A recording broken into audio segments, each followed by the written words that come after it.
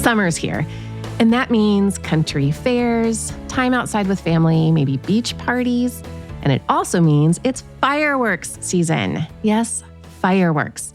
They are something that sparks a lot of excitement. For example, my husband and son are like over the moon about this, and sometimes a little bit of fear and frustration too, especially for families that have young kids. Maybe you've got a toddler who cries every time they hear a loud boom. Maybe you have a sensory sensitive child who covers their ears for hours before the sun even goes down. You know, those older kids, they all prematurely set off fireworks because they cannot wait until it gets dark. Or maybe, like many of the families I see, you've had a near miss, a burn, a firework that went the wrong way. And now you're wondering, is this really all worth it? Today's episode is about what fireworks really mean for kids, from physical injury risks to emotional reactions, and how you, as a parent, can make thoughtful, safe choices. All right, which fireworks do you think are the most dangerous? You're about to find out. I'm Dr. Wendy Hunter, and I'm the pediatrician next door. I'm that doctor friend you call for practical advice about your kids' health. I mix the science of medicine with the reality of parenting. Fireworks are part of so many summer memories. 4th of July, fairs, beach nights, backyard celebrations.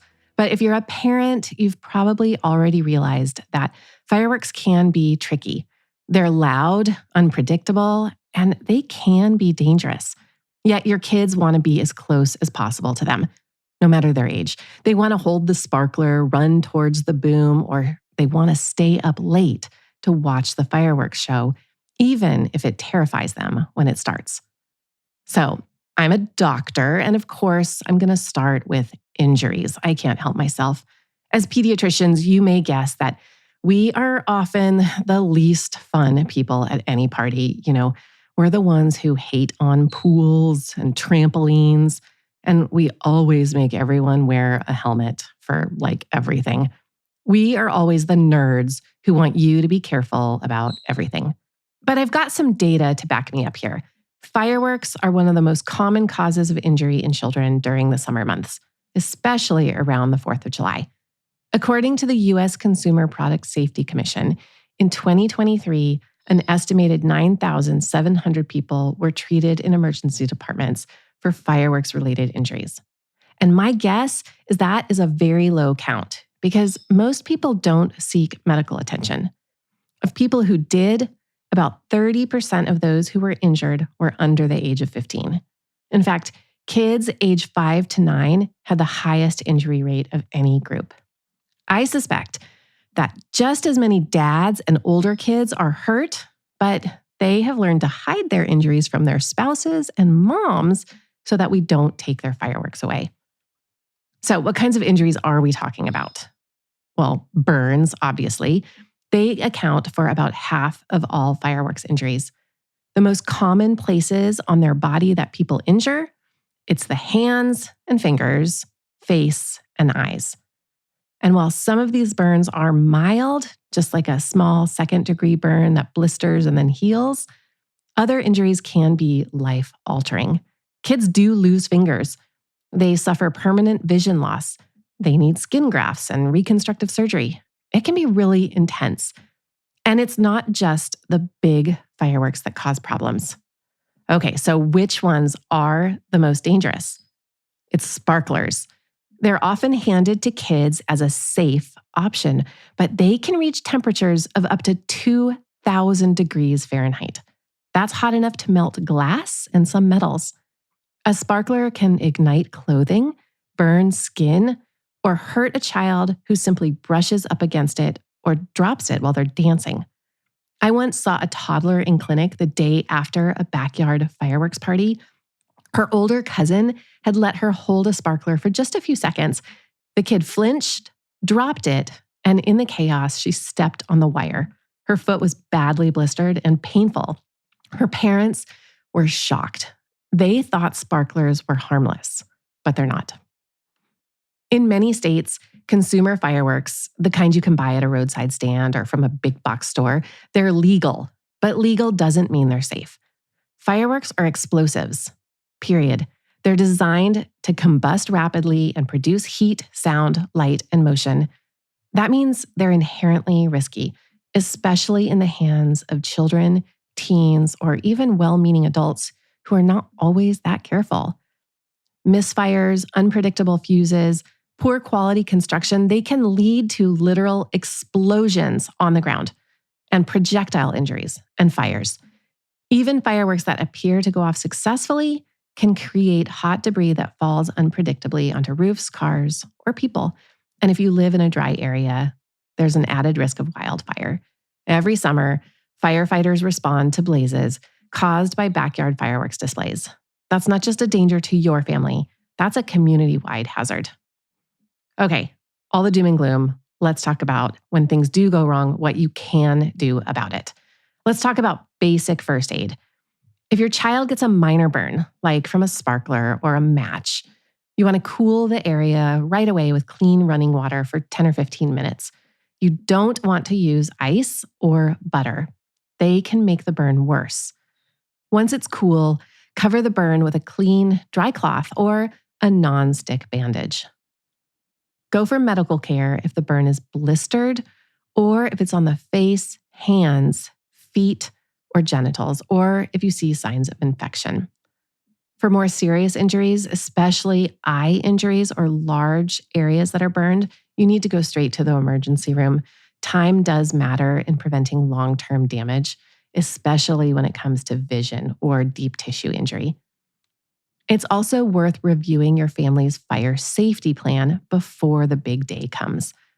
That might mean checking that your garden hose works, that you have a bucket of water if you're in a neighborhood where fireworks are legal, or that your kids know to never touch a firework that didn't go off. Those duds, they can still explode and cause harm. And one more thing, if you have pets, remember they're part of the family too. Many dogs and cats are terrified of fireworks, so it's a good idea to bring them inside, close the windows, and make sure they're in a safe, quiet spot.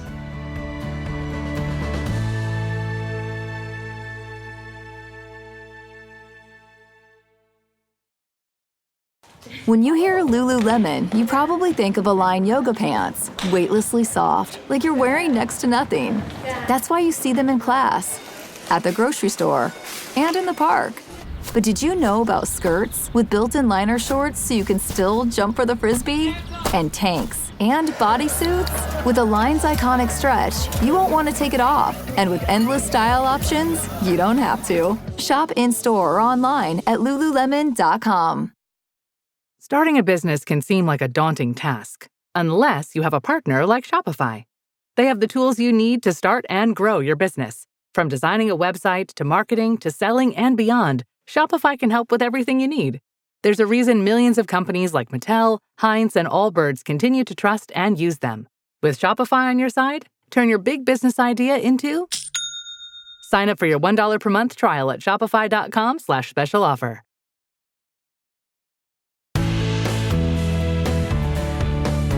Fireworks are synonymous with celebration, evoking awe with their vibrant colors and thunderous booms.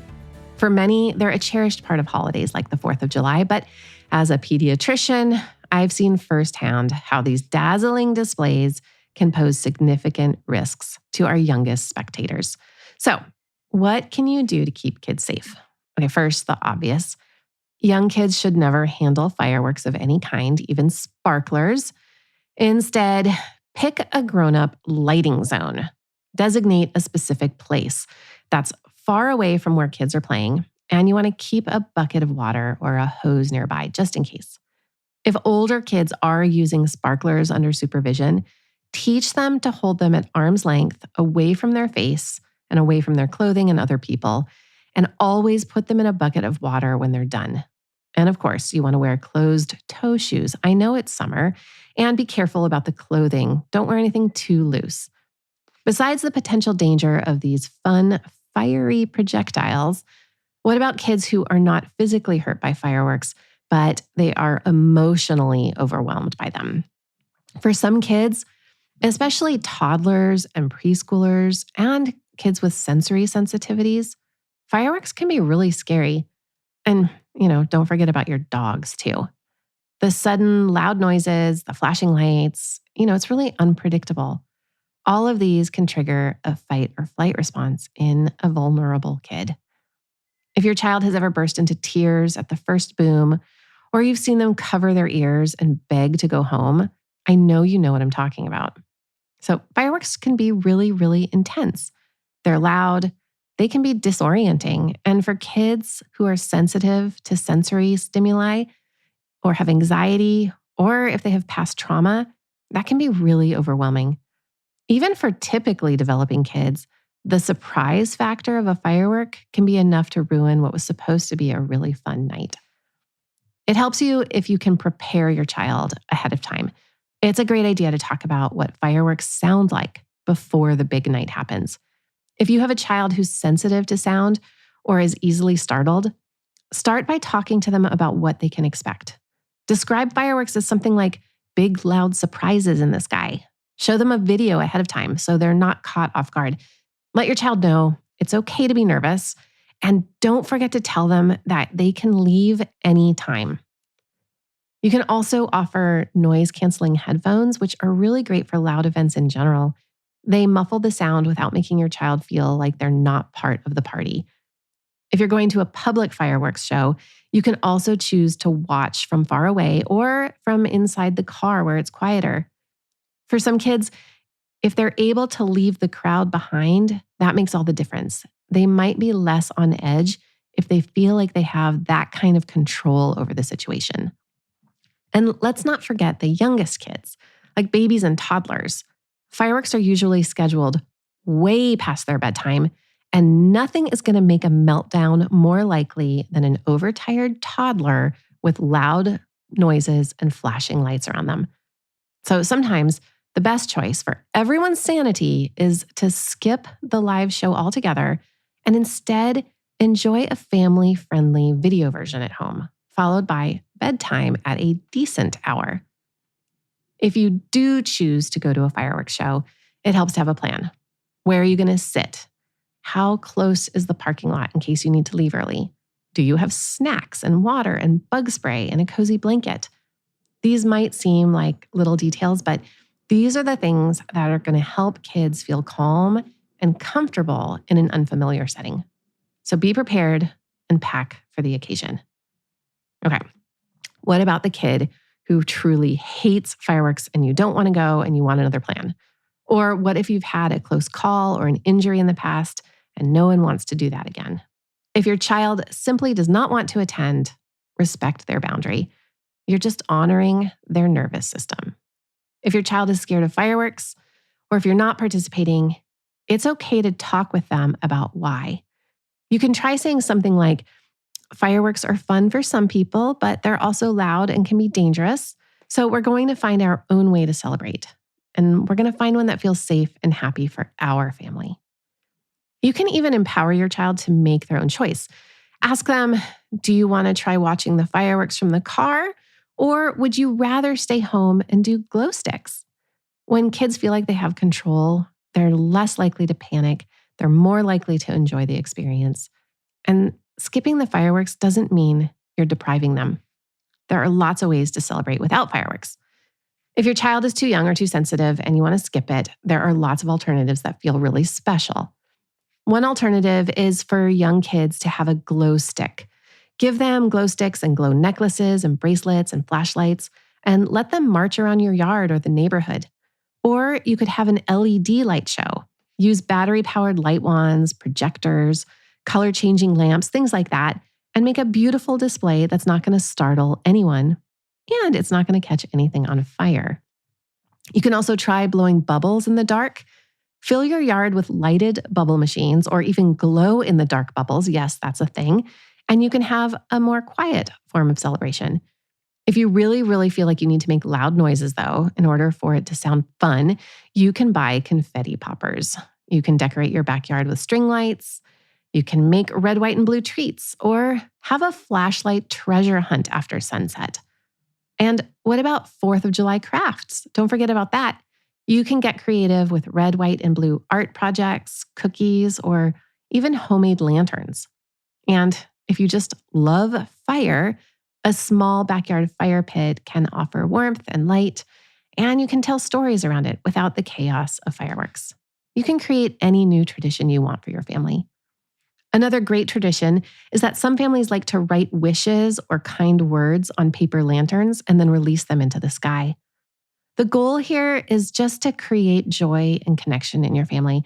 It's not to recreate the full sensory overload of a fireworks display. So if skipping fireworks means your child feels safe and supported, that's a win for everyone. And remember, watching a professional display on TV can be just as interesting to a young child, and it comes with the added bonus of early bedtime, no bug bites, and indoor plumbing. You know what I mean.